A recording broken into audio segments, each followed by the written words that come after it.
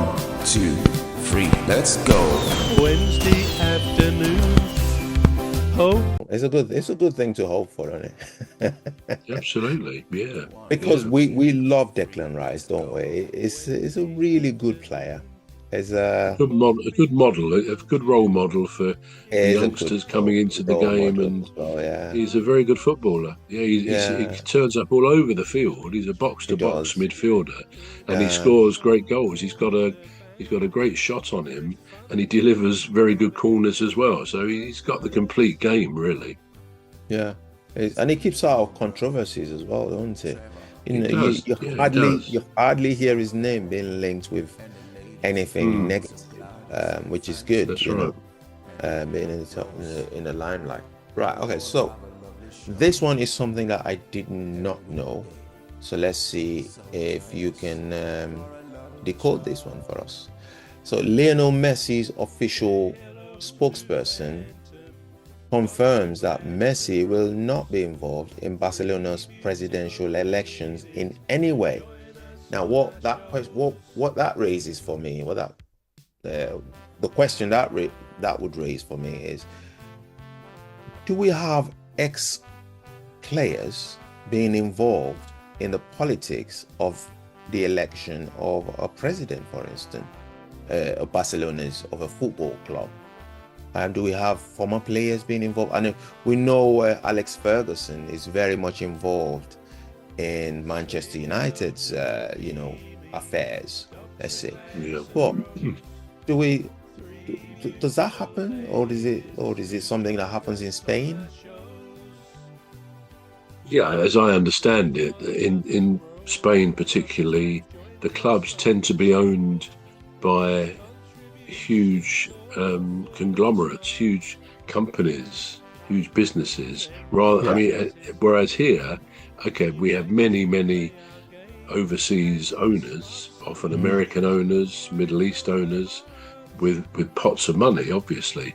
But I don't think they kind of bring in, as part of that ownership, their companies. No doubt some of these, for example, some of the Americans who own baseball teams and NFL teams, they obviously have massive companies, but basically they're owning clubs in this country, as ultimately the ultimate director, the ultimate owner. But in Spain, it's the companies, as I understand it, that have ownership of the big teams. Now, what does that do? I don't know the technical side of it really, but you can imagine that politics probably does get involved in a way, because of the size of the companies, and the government of the day will be fostering those companies, etc., etc. So perhaps the need to say Messi won't be involved in any elections of politicians is because it could otherwise happen, and that maybe he's been involved before. You can understand it, really, if the owners of Barcelona, when he was there, wanted to use somebody to enhance their chances of election, or because the companies will have their own favourites, obviously politically, then maybe players were sometimes, or are sometimes, used to that effect. But having said that, I don't know the mechanics of how that would work. I just know that they tend to be owned, the clubs, by conglomerates, by huge companies, and maybe that's where this sort of story has arisen from. Yeah, because I was reading and I'm thinking, do we have such things in England? I don't think so. I don't think we do. No, we don't. Yeah, so that's good. Thanks for clarifying that. Now, Harry Kane has contributed to 33 goals in 33 Champions League appearances for Bayern.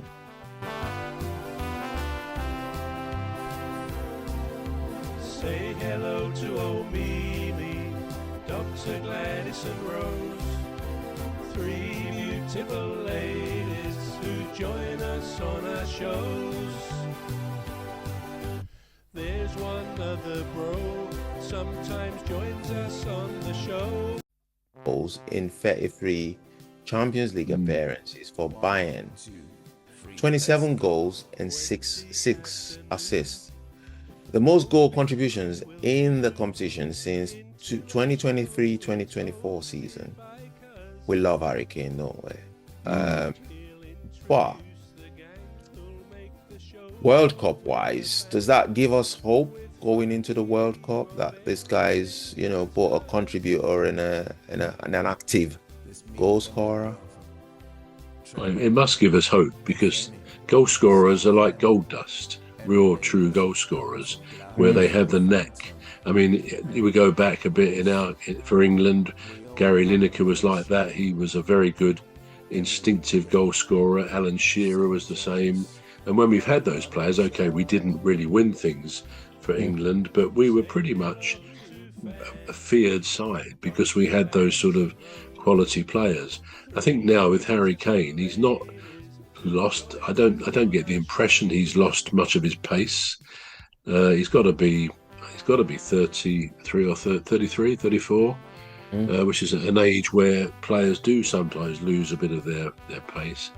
But yeah, I think we go into the World Cup, provided he's fit, with great hopes. Because as I say, if our key players are there, someone like Bellingham, who can also score goals, but feeding the likes of Kane, and if things aren't working, Kane's the sort of guy who will come back and, you know, make himself effective. He'll win the ball and he'll do whatever he's got to do. So yeah, I'm confident actually. I mean, I think the lesson we know here is we don't get too confident with England, because if the press starts to big us up beforehand and the players go off to wherever it is, I mean, this year in America, you know, it can be a little bit too confident, a bit complacent if they think, oh, well, everyone at home is backing us, we must be pretty good. I think for once we need to go into this quite low-key, with no great assumptions in the press or anywhere else that, oh, England are going to do really well. I mean, there's bound to be those who will say that. But we know from experience it doesn't often happen. I mean, we've yet still to win a decent trophy from years and years ago. So we need to win a tournament, and I think we've got a chance this time as the women in their tournament. And but I don't think we should be kind of presuming too much. We've done this before and then come a cropper. But yeah, to answer the question, I think Harry Kane is a great figurehead there for the team. Again, a bit like Declan Rice, he's a great role model. He's not just a great footballer, but let's face it, being a centre forward is one of the toughest jobs. You know, you often have to have your back to the goal.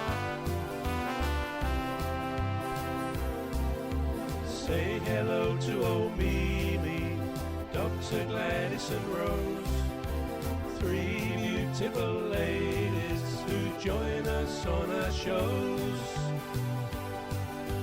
There's one other bro, sometimes joins us on